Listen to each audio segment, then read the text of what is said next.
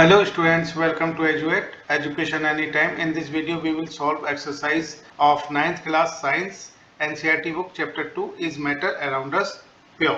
Question 1 से शुरुआत करते हैं। इस क्वेश्चन में दिया हुआ है which separation techniques will you apply for the separation of the following. Part A में दिया हुआ है sodium chloride from its solution in water. तो देखिएगा सोडियम क्लोराइड, यहाँ पर सोडियम क्लोराइड क्या है, it's a non volatile solute from its solution in water, and water is the volatile component, it is solvent, so we will use evaporation technique. Here we will use evaporation. So evaporation process we will use here for separation of sodium chloride from its solution in water. Part B में दिया हुआ है ammonium chloride from a mixture containing sodium chloride and ammonium chloride. तो यहाँ पर देखिएगा कि ammonium chloride क्या है, it's a sublimate. This ammonium chloride it's a sublimate volatile component. और अगर हम इसकी बात कर रहे हैं सोडियम क्लोराइड की, तो यहाँ पर sodium chloride is non sublimate impurity, so we will use here sublimation process. Part C में दिया हुआ है small pieces of metal in the engine oil of a car. इसके लिए वी विल यूज फिल्ट्रेशन और we can use sanctification or decantation. So any one of them, filtration, sanctification, decantation, any one of this process may be used for separating small pieces of metal in the engine oil. Part D में दिया हुआ है different pigments from an extract of flower petals. तो इसके लिए definitely we will use chromatography. Chromatography method से हम इसको सेपरेट करेंगे पिगमेंट्स को। पार्ट ई में दिया हुआ है water from curd. So water from curd is separated by centrifugation process. Now part F में दिया हुआ है oil from water. We know that oil and water are two immiscible liquids. So immiscible liquids को separate करने के लिए we will use separating funnel. Part G में दिया हुआ tea leaves from tea. So tea leaves from tea, इसके लिए we will use filtration process. So filtration के द्वारा T leaves from T, tea leaves को सेपरेट किया जा सकता है टी से। पार्ट एच में दिया हुआ है iron pins from sand. Iron pins, so इसके लिए हम यूज करेंगे magnetic separation method. So magnetic separation method is use for separating iron pins from sand. Part I में दिया हुआ है व्हीट ग्रेन्स फ्रॉम हस्क। ठीक है, wheat grain from husk. So wheat grain क्या है, wheat weight is heavy then husk, so इसको हम we will use winnowing process for separating wheat grains from husk. Last part J में दिया हुआ है fine mud particle suspended in water. इसके लिए we can use sanctification process और we can use decantation. Question 2 में दिया हुआ है write the steps you would use for making tea.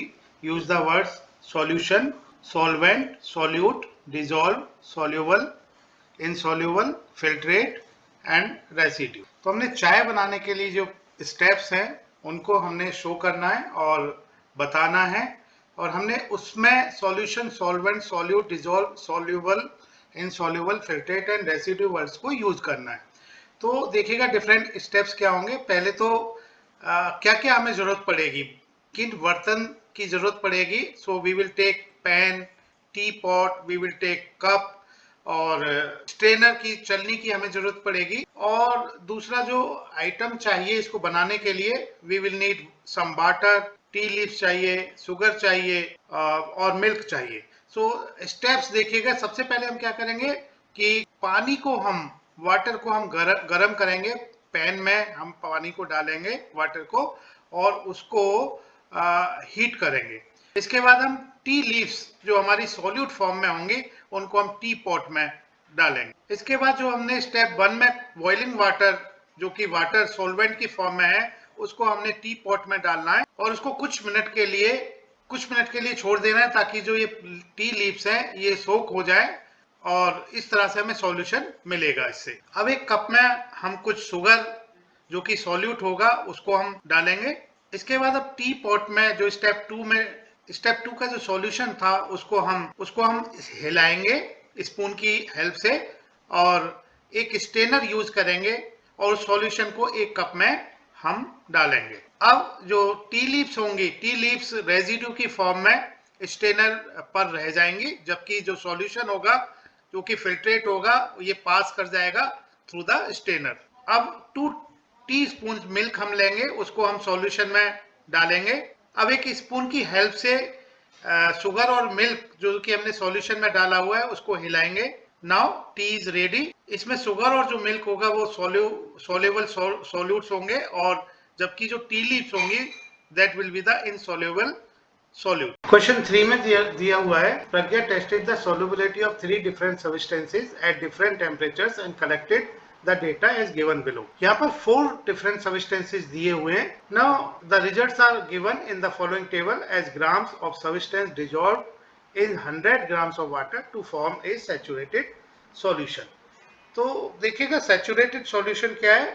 Saturated solution means the maximum amount of a solute which can be dissolved in 100 grams of water of a solvent is known as the solubility of the solute in that solvent. अगर हम column 1 की बात करें 283 degree centigrade temperature, तो यहाँ पर इस temperature को कांस्टेंट रखते हुए तो यहाँ पर 21 ग्राम पोटेशियम नाइट्रेट, तो ये maximum amount of potassium nitrate का है जो कि 280 डिग्री सेंटीग्रेड टेम्परेचर पर 100 ग्राम ऑफ वाटर में डिजोल्व हो सकता है। इसी तरह से सोडियम क्लोराइड की बात करें 36 gram sodium chloride 100 grams of water में मैक्सिमम, ये मैक्सिमम अमाउंट है सोडियम क्लोराइड की 36 ग्राम जो कि 100 ग्राम वाटर में डिजोल्व हो सकती है।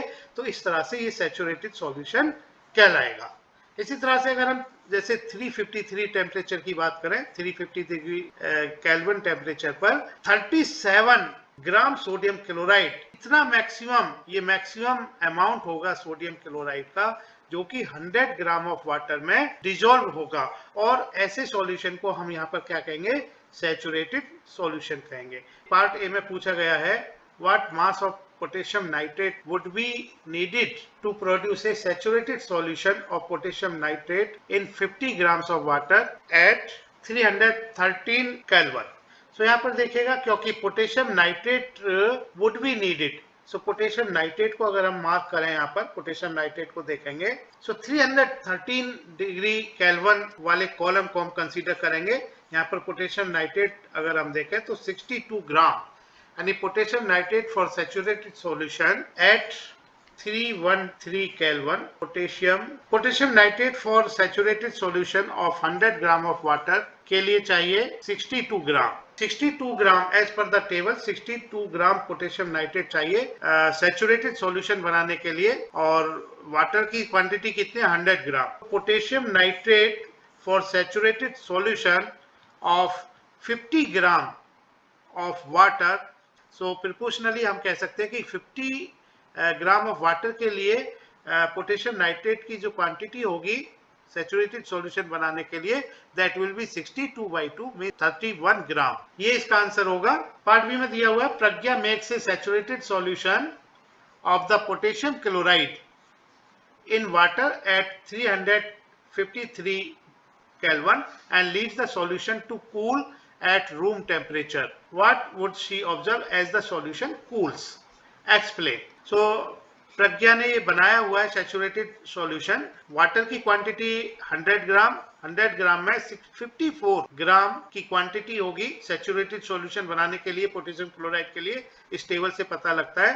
सो 100 ग्राम वाटर में 54 ग्राम इस टेम्परेचर पर 353 केल्विन टेम्परेचर पर पोटेशियम क्लोराइड की क्वांटिटी इस सॉल्यूशन में होगी, ये सॉल्यूशन होगा। अब अगर देखें रूम टेम्परेचर पर वो उसको कूल करती है सॉल्यूशन को, so because we consider room temperature as 20 degree centigrade, so ये 20 degree centigrade is equal to 20 plus 273, इसको हम केल्विन में चेंज कर लेंगे, it is equal to 293 Kelvin. अब हम देखेंगे कि 293 केल्विन पर, यानी 293 केल्विन इस कॉलम को हम कंसीडर करेंगे, कितने पोटेशियम क्लोराइड की क्वांटिटी, सॉल्युबिलिटी क्या है 35 ग्राम, सैचुरेटेड सॉल्यूशन को बनाने के लिए 35 ग्राम पोटेशियम क्लोराइड की जरूरत होती है। 293 केल्विन पर 35 ग्राम 100 ग्राम वाटर में पोटेशियम क्लोराइड इस मैक्सिमम क्वांटिटी को डिसॉल्व कर सकता है। अब इस सॉल्यूशन को कूल किया गया देखिएगा 353 केल्विन से ये डाउन करके इस टेम्परेचर को कूल किया गया 293 केल्विन पर, और 293 केल्विन पर 35 gram, so it can hold, और मैक्सिमम अमाउंट सॉल्यूशन में हो सकता है पोटेशियम क्लोराइड का 35 gram. So 19 gram potassium chloride powder की फॉर्म में ये अनडिजॉल्व रह जाएगा। So we can say powders of this potassium chloride quantity जो होगी 19 ग्राम क्वांटिटी पोटेशियम क्लोराइड की in the form of powder, it will start settling down. Part C में दिया हुआ find the solubility of each salt at 293 kelvin, which salt has the highest solubility at this temperature. Now 293 degree Kelvin, second column की हम बात कर रहे हैं। So find the solubility of each salt. तो यहाँ पर solubility जो होगी पोटेशियम नाइट्रेट की 32 ग्राम होगी, तो इसको हम इस तरह से लिख लेते हैं solubility of each salt at 393 Kelvin will be as follows. Potassium nitrate की solubility 393 डिग्री केल्विन पर 32 ग्राम होगी। सोडियम क्लोराइड की सॉल्युबिलिटी 36 ग्राम होगी। पोटेशियम क्लोराइड की सॉल्युबिलिटी 35 ग्राम होगी, एंड अमोनियम क्लोराइड की सॉल्युबिलिटी दैट विल बी 37 ग्राम। सो हमने सेकंड कॉलम को कंसीडर किया हुआ है, potassium nitrate, sodium chloride, potassium chloride, ammonium chloride. Part D में दिया हुआ what is the effect of change of temperature on the solubility of A salt. तो salt का मतलब देखिएगा सोडियम क्लोराइड, अगर हम देखें टेम्परेचर देखिएगा इस टेबल में, अगर हम रो को कंसीडर करें टेम्परेचर रो को, सो 283, 293, 313, 333, 353। सो temperature is in increasing order.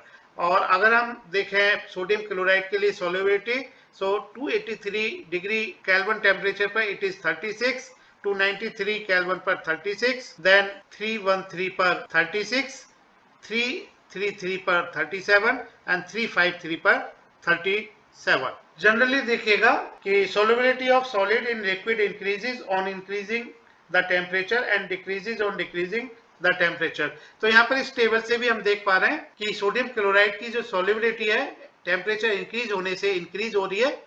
So we can say solubility of salt increases with the increase in temperature। Question 4 में दिया हुआ है explain the following given examples, saturated solution, pure substance, colloid and suspension. So पहले हम saturated solution की बात करेंगे। Now saturated solution, a solution in which no more of solid in the form of solute can be dissolved at a given temperature is called saturated solution. So suppose हमने 15 gram of solute लिया हुआ है, suppose sugar की मात्रा ली हुई है, sugar is 50 gram and this 50 gram is the maximum amount and this can be dissolve in suppose 100 gram of water. और इस 50 ग्राम से ज्यादा ये वाटर एक particular temperature, suppose room temperature पर 27 डिग्री सेंटीग्रेड टेम्परेचर पर 50 ग्राम से ज्यादा शुगर हम इसमें डिसॉल्व नहीं कर सकते, तो हम इस सॉल्यूशन को सैचुरेटेड सॉल्यूशन कहेंगे। सो हम कहेंगे कि ये जो सॉल्यूशन है 150 ग्राम ऑफ सॉल्यूशन इस तरह से जो मिला है, so this will be the saturated solution at 27 degree centigrade. So saturated solution is the solution a solution in which no more of the solid means solute can be dissolved at a given temperature is called saturated solution। अब हम part B करेंगे। Part B में दिया हुआ है pure substance, ऐसे substances जिसमें एक ही तरह के पार्टिकल्स होते हैं जिनकी नेचर केमिकल नेचर सेम होती है और जिनको की सेपरेट नहीं किया जा सकता किसी भी फिजिकल प्रोसेस के द्वारा, ऐसे सब्सटेंसेस को प्योर सब्सटेंस कहा जाता है। सो प्योर सब्सटेंसेस का it may have same colour, taste and texture at given temperature and pressure. For example distilled water, colloid. अब हम कोलॉइड की बात करेंगे and these colloids are, we know that these are heterogeneous mixture। So colloids are heterogeneous mixture and the particle size are too small that cannot be seen with the naked eyes. लेकिन ये particle इतने बड़े भी होते हैं कि light को scatter कर सकते हैं. पार्टिकल का जो साइज होता है it lies between 1 to 100 nanometer. Its size lies between 1 nanometer to 100 nanometer. When the light is passed through the colloid, its path is visible.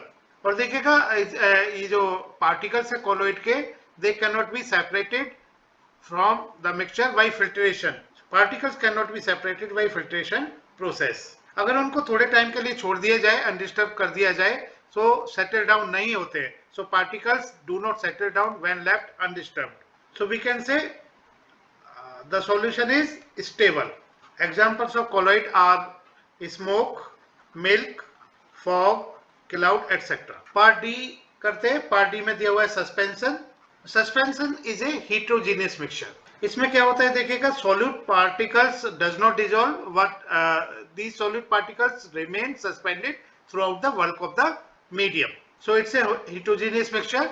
The size of particles of a suspension is greater than 100 nanometer and these particles are visible to naked eye. अगर इनसे कोई light beam पास कराई जाए like laser light, तो laser light scattered हो जाती है. That means path of the light is visible as light is scattered. इनके जो पार्टिकल्स होते हैं सॉल्यूट के, they settle down when remain undisturbed, when it left undisturbed. और सस्पेंशन के पार्टिकल्स को फिल्ट्रेशन प्रोसेस के द्वारा सेपरेट किया जा सकता है. क्वेश्चन 5 में दिया हुआ है, classify each of the following as a homogeneous और हीट्रोजीनियस मिक्सचर. हमने जो ये मैटर दिए हुए इनमें हमने क्लासिफाई करना है कि ये होमोजीनियस होंगे या हीट्रोजीनियस मिक्सचर होंगे. Soda water, would, air, soil, vinegar, filtered T. तो देखिएगा soda water will be the homogeneous mixture and wood will be the heterogeneous mixture. Air की बात करें, so it is also heterogeneous mixture. Soil is heterogeneous mixture. Vinegar is homogeneous mixture. And homogeneous mixtures को यहाँ पर लिख देते हैं. Homogeneous mixtures are soda water, then vinegar, and remaining are the heterogeneous mixture. Heterogeneous mixtures will be wood, air, soil, and this filtered tea, it will be homogeneous mixture. Question 6 में दिया हुआ है, how would you confirm that a colourless liquid given to you is a pure water. तो देखिएगा, we know that every liquid has a characteristic boiling point at 1 atmospheric pressure. अगर हम बात करें वाटर की, so water has its boiling point at 373 degree kelvin at 1 atmospheric pressure. हम जो भी लिक्विड दिया होगा उसको हम बॉइलिंग यानी बॉइल करेंगे, देखेंगे कि उसका बॉइलिंग पॉइंट क्या है थर्मोमीटर की हेल्प से. If the boiling point is 373 kelvin at 1 atmospheric pressure, so that will be the water. Otherwise, if the boiling point is different, so the given liquid will be, given colorless liquid will be different. Question 7 में दिया हुआ है, which of the following materials fall in the category of a pure substance. So हमने इसमें pure substance identify करने हैं. So अगर हम ice की बात करें, ice is not pure substance, milk is not pure substance, iron, yes, it is pure substance, it is element and it is pure substance. Hydrochloric acid, it is compound, it is pure substance, and calcium oxide, it is also compound, it is pure substance. Mercury is pure substance, it is element, and brick is not pure substance, wood is not pure substance, air is also not pure substance. Question 8, identify the solution among the following mixtures. हमने इसमें solutions को identify करना है. ये सब mixtures दिए हुए हैं. तो soil, of course, it will not be solution. So this soil is heterogeneous and this soil will not be solution. Sea water will be solution. Air will not be solution. Coal is not solution. Soda water, yes, it is solution. Question 9, इसमें दिया हुआ है, which of the following will show Tyndall effect. So Tyndall effect किसमें show होगा ये हमने identify करना है. सॉल्ट सॉल्यूशन देखेगा, it's a solution, so it will not show Tyndall effect.